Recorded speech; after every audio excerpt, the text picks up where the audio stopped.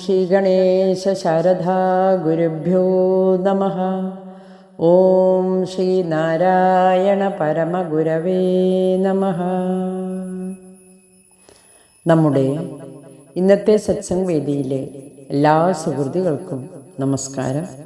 നമുക്കിന്ന് ശ്രീ നാരായണ ഗുരുദേവന്റെ ആത്മോപദേശ ശതകം എന്ന ദാർശനിക കൃതിയിലെ 89ാമത് ശ്ലോകമാണ് പരിചയപ്പെടേണ്ടത്. ശ്ലോകം ഒന്ന് വായിക്കാം. അറിവിലിരുന്ന സത് അസ്തി എന്ന സംഖ്യം പുരിയിളകി ഭുവനം സ്ഫുരിക്കയാലേ, അറിവിനെ വിട്ടൊരു വസ്തു അന്യമില്ലെന്നറിയണം, ഈ അറിവൈക്യരൂപ്യമേകും.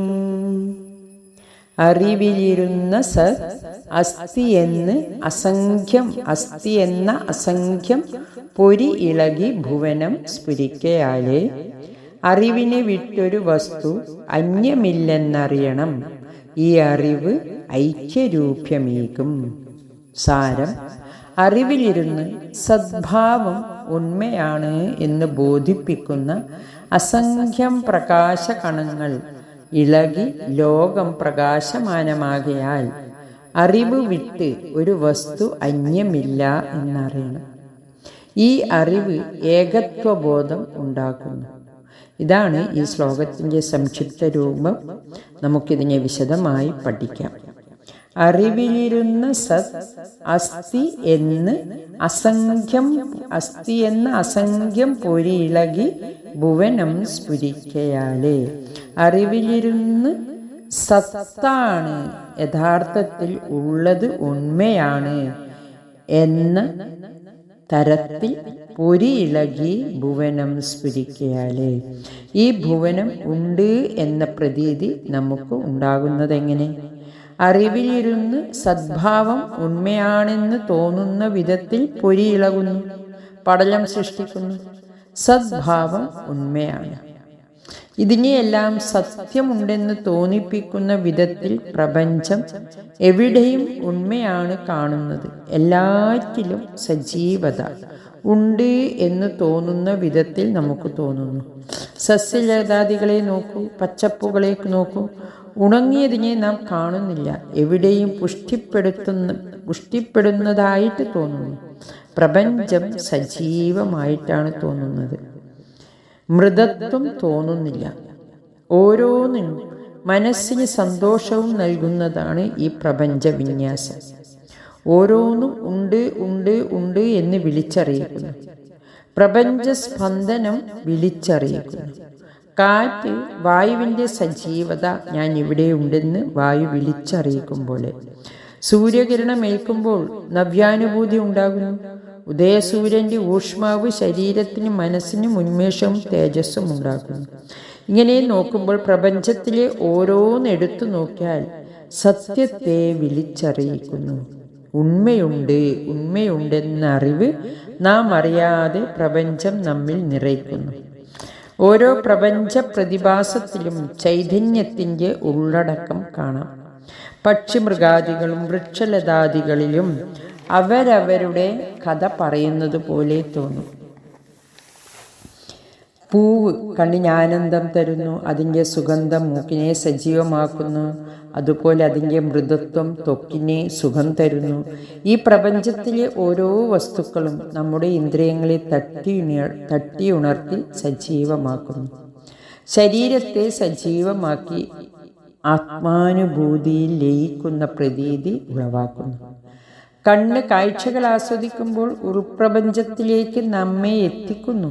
നാം അറിയാതെ ബാഹ്യപ്രപഞ്ചവും ഉൾപ്രപഞ്ചവും ഒന്നായി തീരുന്നത് പോലെ തോന്നുന്നു. എല്ലാ പ്രപഞ്ച പ്രതിഭാസങ്ങളും ഉണ്ട് ഉണ്ട് ഉണ്ട് എന്ന് വിളിച്ചു പറയുന്ന സന്ദേശമാണ് നമുക്ക് തരുന്നത്. എന്തുണ്ട്? സത്യമുണ്ടെന്നറിവ്. ഗുരു പറയുന്നു, കാഴ്ചാനുഭവം, കേട്ടാലുള്ള അനുഭവം, സ്പർശനത്തിലുള്ള അനുഭവം എല്ലാം ഒരു പൊരിയാണ്. നമ്മൾ പൊതുവെ പൊരി എന്ന് പറയുന്നത് തീയുടെ പൊരിയാണ്. തീപ്പൊരി, തീ ഒരു കണിക, അല്ല കണിക, ഒരു പൊരിയാണ്.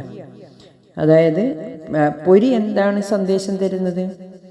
പൊരി ബാഹ്യമായ കവചമായി തോന്നാമെങ്കിലും ഉള്ളിലിരിക്കുന്ന കാതലിനെ കാണിച്ചു തരുന്നു. പ്രപഞ്ച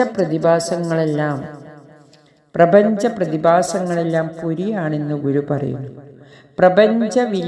വിശാലത പൊരികളാൽ കൂടിച്ചേർന്നതാണ്.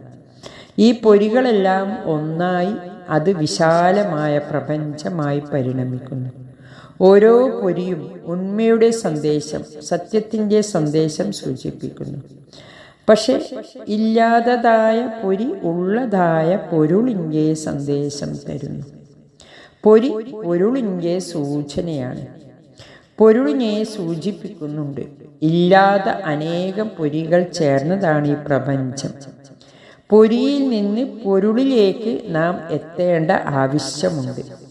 പൊരി ഇളകി ഭുവനം സ്ഫുരിക്കും, ഉള്ളതിനെ സൂചിപ്പിക്കുന്നു.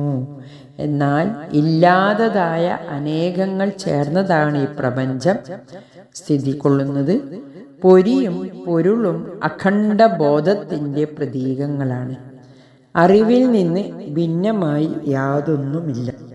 അറിവിൽ നിന്ന് ഭിന്നമായി യാതൊന്നുമില്ല എന്ന അറിവിലേക്കാണ് ഗുരു നമ്മെ നയിക്കുന്നത്. പ്രപഞ്ചത്തിൽ നാം കാണുന്ന ഓരോന്നും പൊരികളാണ്, പൊരുളിൻ്റെ പ്രതീകമാണ്. പൊരിയിൽ നിന്ന് പൊരുളിലേക്ക് എത്താൻ സാധിക്കണം. നമ്മുടെ അറിവിനെ വികസിപ്പിക്കണം. പ്രപഞ്ചത്തിനാധാരം അഖണ്ഡമായ അറിവാണ്. ആ അറിവിൽ നിന്ന് അസംഖ്യം പൊരികൾ, അസംഖ്യം അശാശ്വതമായ വസ്തുക്കളിൽ നിന്ന് ഏകമായ ഉണ്മ ഉണ്ടെന്ന അറിവിലേക്കാണ് എത്തേണ്ടത്. അഖണ്ഡമായ അറിവിൽ നിന്ന് ഈ അസംഖ്യമായ പൊരികളെല്ലാം ഇളകി ഈ ഭുവനം ഉണ്ടെന്ന അറിവിലേക്ക് നമ്മെ നയിക്കുന്നു. പൊരിയിൽ നിന്ന് പൊരുളിലേക്കുള്ള ഒരു യാത്ര, ഒരന്വേഷണം നമുക്കുണ്ടാവണം. പ്രപഞ്ചത്തിലെ ഓരോ ഘടകവും ഉണ്മയെ വിളിച്ചറിയിക്കുന്നതാണെന്ന് നാം അറിഞ്ഞു.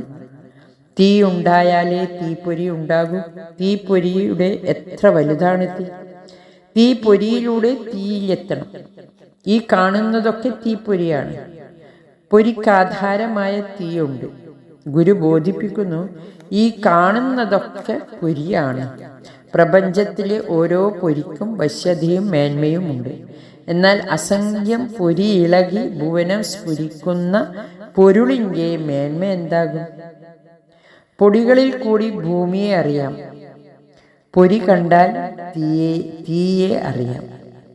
നമുക്ക് ബോധ്യമായ വസ്തുക്കളിലൂടെ ബോധ്യപ്പെടാതെ സത്യത്തെ സാക്ഷാത്കരിക്കാൻ പ്രേരിപ്പിക്കുന്നു. പ്രപഞ്ചവും പ്രപഞ്ചത്തിനാധാരമായ സത്യത്തെ ബോധ്യപ്പെടുത്തുകയാണ് ഗുരു. പ്രപഞ്ചവും പ്രപഞ്ചത്തിനാധാരമായിരിക്കുന്ന സത്യത്തെ ബോധ്യപ്പെടുത്തുകയാണ് ഗുരു. ഓരോ പൊരിയിലും നിറഞ്ഞു നിൽക്കുന്നത് അഖണ്ഡമായ ബോധമാണ്. അഖണ്ഡമായ ബോധത്തിൽ നിന്ന് അസംഖ്യം പൊരികളാലാണ് ഈ പ്രപഞ്ചം വിന്യസിച്ചിരിക്കുന്നത്. അറിവിനെ വിട്ടൊരു വസ്തു അന്യമില്ലെന്നറിയണം. ഈ അറിവ് ഐക്യരൂപമേകും. അസംഖ്യമായ പൊരികളിലൂടെ നമ്മൾ എത്തിച്ചേരേണ്ടത് അഖണ്ഡമായ തീഗോളത്തിലാണ്, അഖണ്ഡമായ അറിവിലേക്കാണ്. അഖണ്ഡമായ അറിവിൽ നിന്നാണ് ഈ പ്രപഞ്ചം വിന്യസിക്കപ്പെട്ടത്. ഏക വസ്തുവിൽ നിന്നാണ് അനേകമുണ്ടായത്. അഖണ്ഡമായ അറിവിൽ നിന്ന് വേറിട്ട് ഒരു വസ്തുവുമില്ല. അഖണ്ഡമായ അറിവിൽ നിന്ന് വേറിട്ടൊരു വസ്തുവുമില്ല. ഈ അറിവാണ് ഐക്യബോധമുണ്ടാക്കുന്നത്. ഇതെല്ലാം ഒന്നിൽ നിന്നുണ്ടായി ഒന്നിലെത്തിപ്പെടണം എന്ന അറിവിലേക്കാണ് നാം എത്തിപ്പെടേണ്ടത്. നാം ഈ പ്രപഞ്ചത്തിൻ്റെ വൈവിധ്യങ്ങളെ ശ്രദ്ധിക്കുന്നു, അനേകതയിൽ ഭ്രമിച്ചിരിക്കുന്നു. അനേകതയിൽ നിന്ന് ഏകത്വത്തിൽ എത്തിപ്പെടണം. പ്രപഞ്ചത്തിലെ സകലതിനെയും ഒന്നായി കാണുക. കുടുംബത്തിൽ നിന്ന് തുടങ്ങണം. ഒരു കുടുംബത്തിൽ എല്ലാവരും ഏകമായ ധാരണയിൽ ഒത്തുചേർന്ന് ജീവിക്കണം. 4 പേരും ഒന്നിൻ്റെ ഭാഗമാണെന്നറിയണം. അങ്ങനെ അയൽപക്കത്തെയും ബന്ധുമിത്രാദികളെയും ഒന്നായി കാണാൻ തുടങ്ങിയാൽ സാഹോദര്യം വളർത്താൻ പറ്റും. സർവരും സോദരത്വേന വാഴുന്ന മാതൃകാസ്ഥാനമാണിത്. എങ്ങനെയാണ് സോദരത്വേന വാഴേണ്ടത്? ഏകത്വബോധത്തിൽ നാം എത്തുമ്പോഴാണ് ഏകമായ ചൈതന്യത്തിൻ്റെ ഭാഗമാണ് പ്രപഞ്ചത്തിലെ അനേക വസ്തുവകകൾ. ഏകത്വത്തിലെത്തിയാൽ സാഹോദര്യമുണ്ടാകും. രണ്ടല്ല എന്ന അദ്വൈത ബോധമുണ്ടാക്കുന്നു. ഈ പ്രപഞ്ചം അനേകം പൊരികളാൽ ഉണ്ടാക്കപ്പെട്ടതാണെന്നും ഈ പൊരികൾക്കെല്ലാം ആധാരമായിരിക്കുന്ന പൊരുളുണ്ടെന്നും ആ പൊരുൾ അഖണ്ഡമായ ബോധമാണ്. അഖണ്ഡമായ ബോധത്തെ അറിയുമ്പോൾ പ്രപഞ്ചത്തിലെ സകലതിനെയും ഉൾക്കൊള്ളാൻ പറ്റും. അദ്വൈത ബോധത്തിലെത്തും. ആരും ഭിന്നരല്ല, സർവരും സഹോദരങ്ങളാണ്. മനുഷ്യർക്ക് അഖണ്ഡ ബോധമാണ് വേണ്ടത്. രണ്ടല്ല എന്ന ബോധം എല്ലാറ്റിനെയും വീതിപ്പിക്കുന്ന ഒരു കാഴ്ചപ്പാട്, ഒരു കാഴ്ചഘട്ടത്തിലാണ് എല്ലാവരെയും ഒന്നിപ്പിക്കുന്ന അഖണ്ഡ ബോധത്തിലേക്ക് ഗുരു നമ്മെ ഉയർത്തുന്നു. ഗുരു പറയുന്നു, ഒന്നും അന്യമല്ല, നാം എല്ലാം ഒന്നാണ് എന്ന ബോധം നൽകുന്ന ശ്ലോകമാണിത്. കാലം കൊണ്ടും ദേശം കൊണ്ടും വേർതിരിവില്ലാതെ വിശ്വമെല്ലാം ഒന്നാണ് എന്ന വിപുലമായ കാഴ്ചപ്പാടാണ് ഗുരുവിൻ്റേത്. ഈ തത്വശാസ്ത്രം നാം വീടുകളിൽ നിന്ന് തുടങ്ങണം. കുടുംബങ്ങളിൽ നിന്ന് തുടങ്ങി സമൂഹത്തിലേക്കും വിശ്വത്തിലേക്കും ഉയർത്താം. വിശ്വദർശനം, സാഹോദര്യ ദർശനം. ഒന്നിച്ചു ചേരാം, ഒന്നാകാം, അറിവിലമർന്ന് നമുക്ക് ഒന്നാകാം. ഇതിന് നമുക്ക് ഗുരുകൃപ ഉണ്ടാവട്ടെ. ഹരി ഓം നമഃ ശിവായ.